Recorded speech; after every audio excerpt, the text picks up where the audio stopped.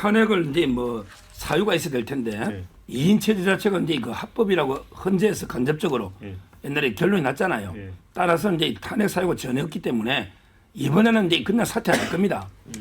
이미 세 분이 옛날에 이동관, 김홍일, 이상인 세 분이 사퇴를 했잖아요. 탄핵 예. 협박에. 이번에는 이게 끝까지 한번 싸울 겁니다. 예. 왜냐하면 이게 오늘 임명돼서 오늘 오후에라도 박문진 이사하고요. 그다음에 KBS 이사를 의결합니다. 예. 예. 그러면 이게 급한 건 끝났고요.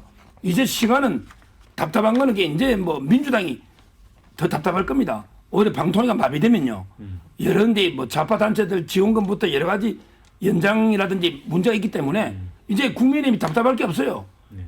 헌재 가면 제가 보기 두세 달 전에 끝납니다. 왜? 심리할 게 없잖아요. 헌재도 이런 건 신속하게 기각시켜 줘야 돼요. 아무 사유 없는 거는. 따라서 이번에 이진숙은 절대 탄핵 협박에 굴복해서 사퇴해서는 안 되고 임기는 다 채워야 되고요. 그다음에 오늘이라도 빨리 그 박문진 이사 임명해서 정상화시켜야 된다. 저는 이렇게 봅니다.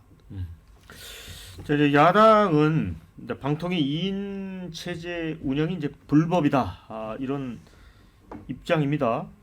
그런데 정유석 기자님, 그러니까 이게 제가 이제 오후에 이제 KBS하고 MBC 이제 이사 선임안을 이제 의결을 하게 되면 네. 진짜 민주당이 탄핵 카드를 꺼낼까요? 아니요. 어떻게 되냐면요. 일단 그에 앞서서 지금 서 변호사님이 헌법재판소도 방통위의 2인 체제가 합법적이다라고 인정을 했다고 주장을 하셨는데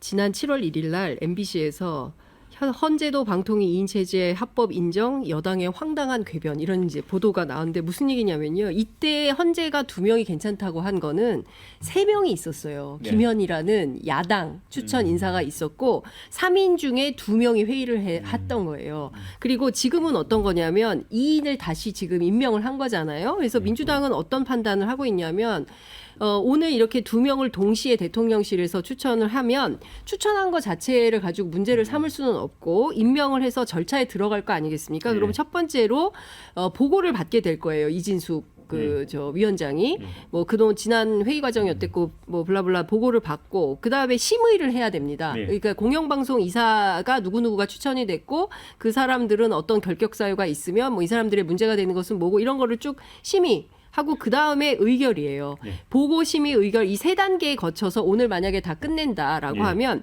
이 자체에 대해서 위헌 행위라고 보고 민주당에서는 탄핵 절차에 돌입을 하게 되겠죠. 근데 오늘 이진숙 위원장이 보고 단계까지 할지 심의까지 끝낼지 의결까지 다 마무리를 할지 만약에 오후 2시에 회의를 열어서 의결 절차까지 마무리한다면 즉각적으로 탄핵 절차에 돌입을 하게 되겠죠. 자, 정 기자님은 이제 보고 심의 의결 이게 이루어지면 이게 이제 헌법을 위반하는 거다 이제 그런 입장인데 급한 회의인 경우는 뭐 상임 위원들에게 뭐 24시간 안에 통보해주고 그런 절차 없이 바로 회의를 열 수도 있다라고 또 규정이 돼 있다고 하더라고요. 이거 어떻게 봐야 됩니까?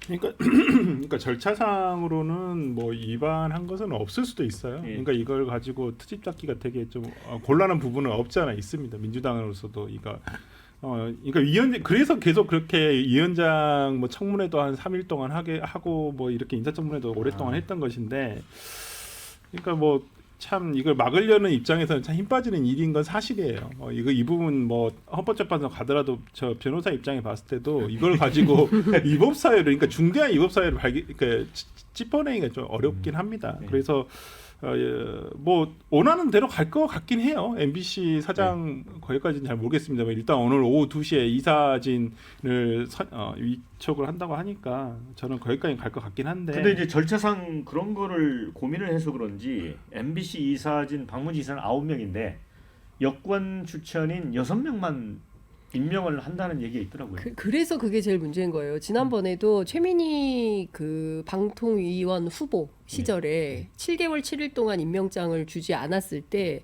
방심위조차도 당시에 야당 추천도 아니고 국회 추천 보수적인 인사였던 분들도 대통령이 임명장을 주지 않았어요. 그래서 그분도 지금까지 기다리다가 뭐 소송을 제기했나 아마 그런 것이고 자진 사퇴한 분도 있고 이런 건데 필요한 분만 임명장을 주고, 그러니까 여권에게 유리한 사람들에게만 임명장을 주고, 야권 추천 혹은 또 국회 추천 몫에 대해서는 임명장을 안 주는 방식으로 한다면 이게 정상적인 국정 운영이라고 할 수 있는 겁니까?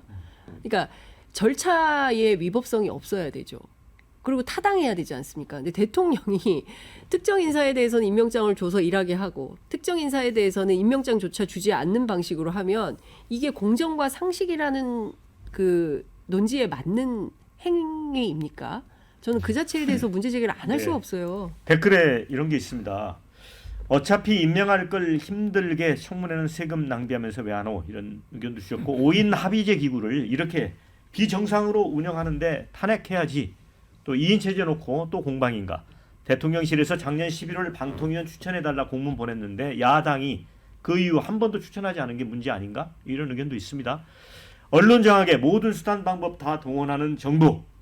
이런 일만 열심히네. 이런 의견도 주셨고요. 야당이 아직도 자기가 여당인 줄 알고 공영방송을 손아귀에 쥐려는 거다. 이런 의견을 주셨습니다. 그러니까 장 기자님이 말씀하셨던 것이 맞습니다. 방통위원을 왜 임명 안 했느냐. 저도 그 부분에는 공감을 합니다만 야당이 적절치 못한 인사를 추천했기 때문에 정부 입장에서도 임명을 못한 거 아니겠습니까? 최민희 현 과방위원장이고 당시에 이제 방통위원 후보자 같은 경우에는 법제처에서 뭐 이 사람이 방통위원으로서 부적절하다 그러한 해석이 일부 존재했고 또 그러한 논란 때문에 결국에 임명이 안 된 것이거든요. 야당이 진짜 왜 임명을 안 했느냐 이렇게 주장을 하려면 적합한 인사 그리고 훌륭한 인사를 추천한 다음에 해야 되는데 그게 아니라 오히려 정치적인 인사를 추천해 놓고서 그것도 법제처에서 여러 해석이 나왔던 인사를 추천해 놓고서 임명을 안 했다 그것을 비판하는 것은 저는 옳지 못한 처사라고 보고요. 그리고 방송법 같은 경우에는 과거에 민주당이 이제 대선 공약으로도 냈었습니다마는 본인들이 여당이 되니까 입을 싹 닫았어요. 그랬다가 지금 다시 야당이 되니까 방송법을 통과해야 된다 이렇게 주장을 하고 있습니다. 누가 방송 장악을 시도하고 있습니까? 누가 국민의 알 권리를 침해하고 누가 국민의 눈과 귀를 가리려고 하고 있습니까? 저는 지금까지 국회 내에서 있었던 여러 행태들 그리고 민주당이 계속해서 저질러 왔었던 말바꾸기 행태들 이런 것들로 미루어 짐작했을 때 방송 장악을 시도하고 있는 것은 민주당이다. 그리고 그것에 대해서 이제는 뭐 방통위원장 탄핵 그리고 뭐 직무대행까지도 또 탄핵하겠다고 하고 있지 않습니까? 그러한 것들로 봤을 때 민주당이 하는 그러한 정치적인 행보가 결국에 국민의 매서운 심판을 받을 것이다라고 생각합니다. 네, 장 기자님 1분만 반론 네. 듣고. 일단 최민희 그 후보자에 대해서는 당시에 법제처에서 유권 해석을 했을 때 문제가 없다라는 얘기를 국회에 보고를 했었고요. 그것 때문에 이분이 민주당, 야당, 국회 안에서 의결하는 과정에서도 검증을 거쳤고요. 두 번째로는 이분이 그만둘 때까지 법제처에서 결론을 못 냈어요. 지금 이 순간까지도. 그러니까 부적합한 후보를 추천했다라고 하는 것은 사실관계에 맞지 않다. 이런 말씀을 드리고 그러면 최민희 의원의 경우에 뭐 그렇게 정치적 논란이 된다고 한다면 방심위의 최선영 교수, 황열헌 그 인천공사 뭐 시설공단 사장인가 이 두 분에 대해서는 그럼 왜 임명장을 안 주는 걸까요? 그러니까 최민희 의원은 그렇다 치더라도 방심위에 올라와 있는 최선영 교수나 황열헌 씨 같은 경우에는 왜 안 주는 겁니까?